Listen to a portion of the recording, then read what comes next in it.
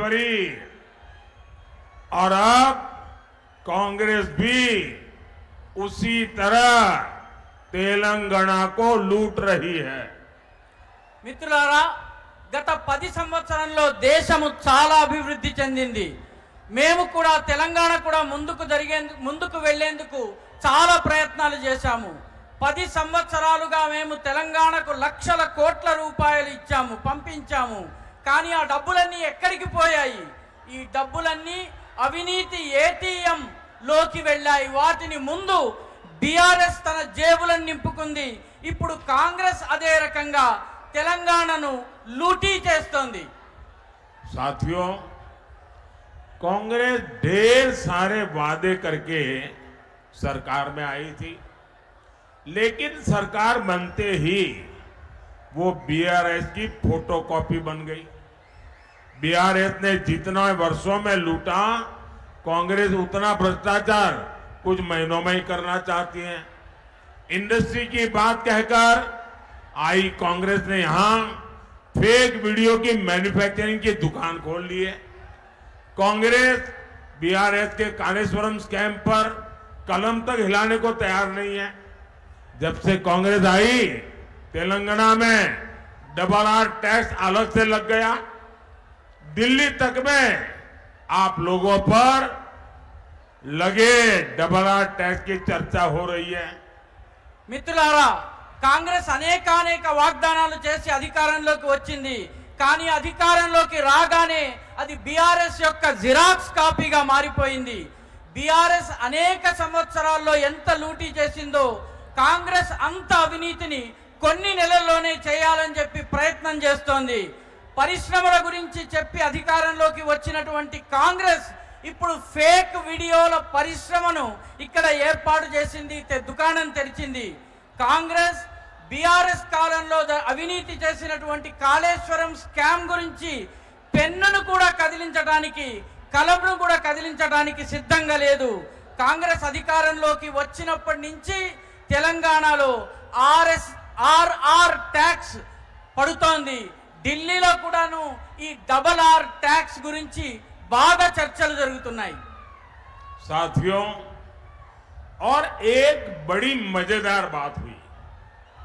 तेलंगाना के लोगों को इस पर जरा गौर करना चाहिए। मैं कई दिन से डबल आर टैक्स की बात कर रहा हूं। मैंने किसी का नाम नहीं लिया, लेकिन तेलंगाना के मुख्यमंत्री अब इस आरोप पर मीडिया के सामने जाकर खुद सफाई दे रहे हैं। यानी उन्होंने खुद ही बता दिया है कि डबल आर टैक्स से कौन लोग जुड़े हैं।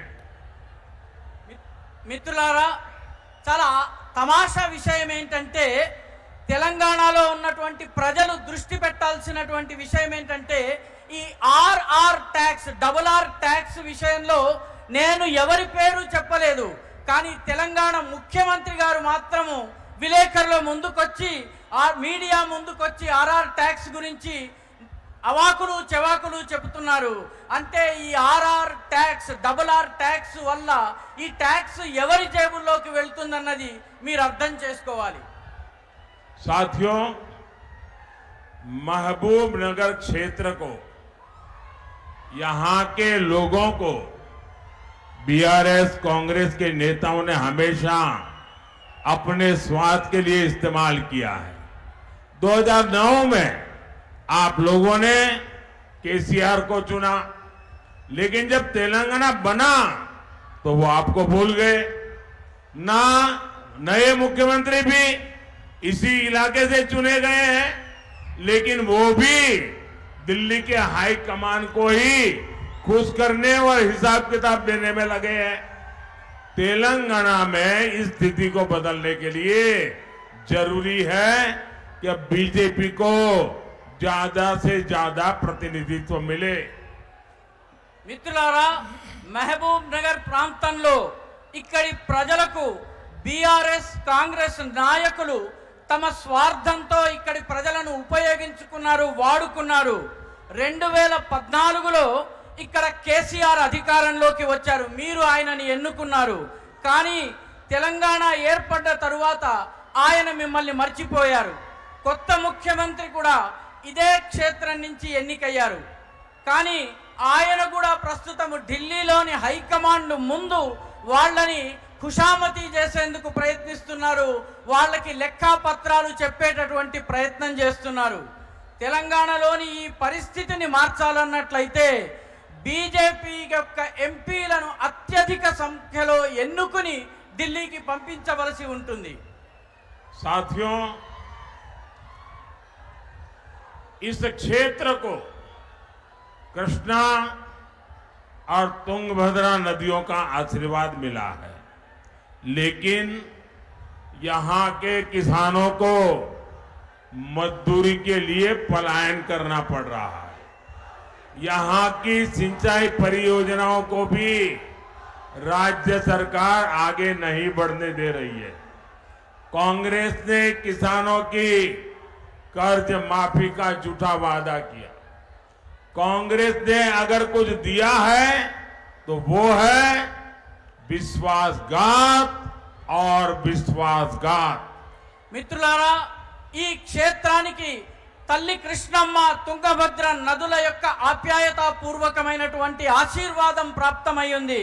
కానీ ఇక్కడి రైతులకు దినసరి కూలీ కోసము పలాయనం చేసి వేరే ప్రాంతాలకి మైగ్రెంట్ లేబర్గా వెళ్ళవలసి వస్తుంది. ఇక్కడ ఉన్నటువంటి నీటిపారుదల ప్రాజెక్టుల కోసము లక్షల కోట్ల రూపాయలు ఇచ్చినప్పటికీ కాంగ్రెస్ దానిని ముందుకు వెళ్ళనివ్వడం లేదు. కాంగ్రెస్ రైతుల రుణమాఫీ చేస్తానని చెప్పి కూడా అబద్ధపు వాగ్దానం చేసింది. కాంగ్రెస్ ఇక్కడి ప్రజలకు ఏదైనా ఇచ్చిందంటే అది నమ్మక ద్రోహం మాత్రమే.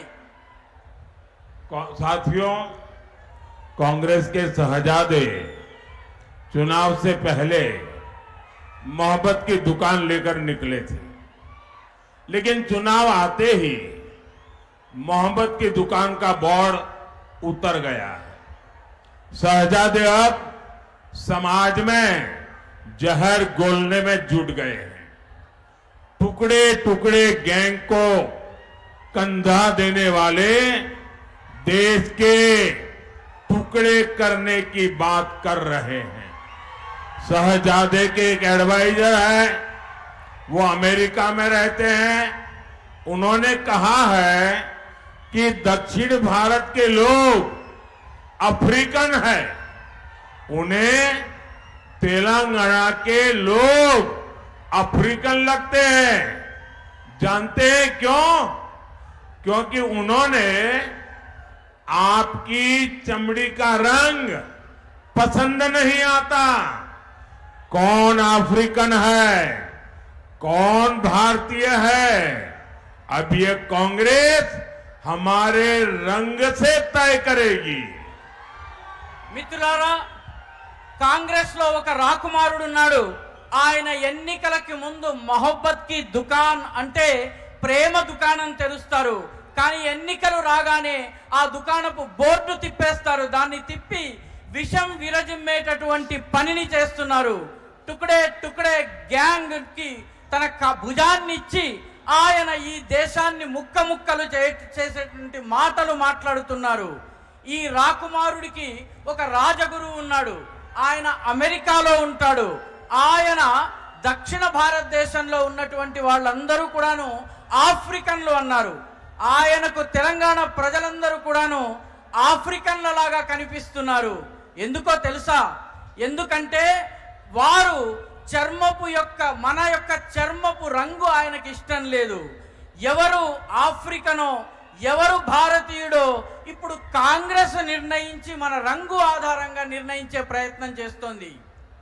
साथियों, कांग्रेस हिंदुओं से, हिंदू पर्व से कितनी नफरत करती है, ये हर रोज सामने आ रहा है। शहजादे को ट्यूशन देने वाले लीडर ने यह भी कहा है कि अयोध्या में राम मंदिर नहीं बनना चाहिए था। उन्होंने ऐलान किया है कि अयोध्या में राम मंदिर बनाना और रामनवमी मनाना ये भारत विरोधी है, ये आइडिया ऑफ इंडिया के खिलाफ है।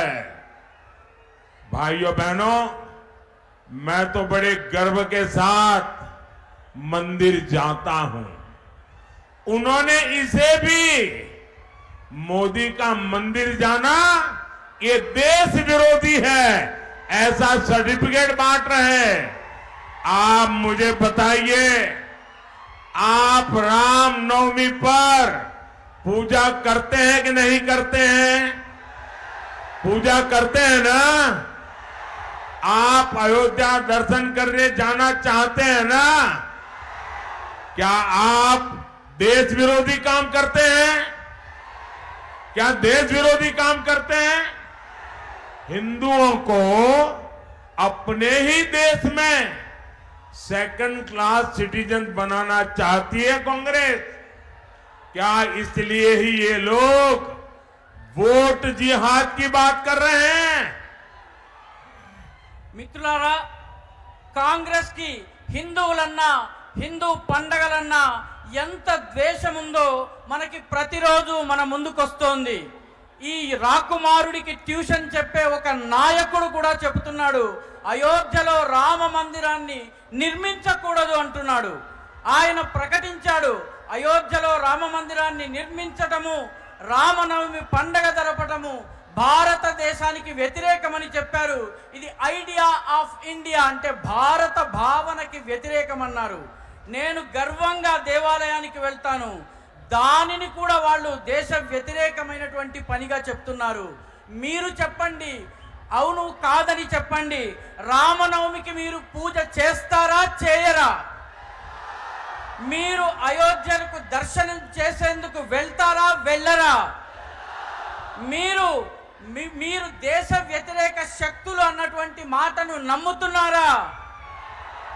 హిందువులకు తమ దేశంలోనే వాళ్ళని రెండవ తరగతి పౌరులుగా మార్చాలని కాంగ్రెస్ ప్రయత్నం చేస్తోంది. ఇటువంటి ప్రజలు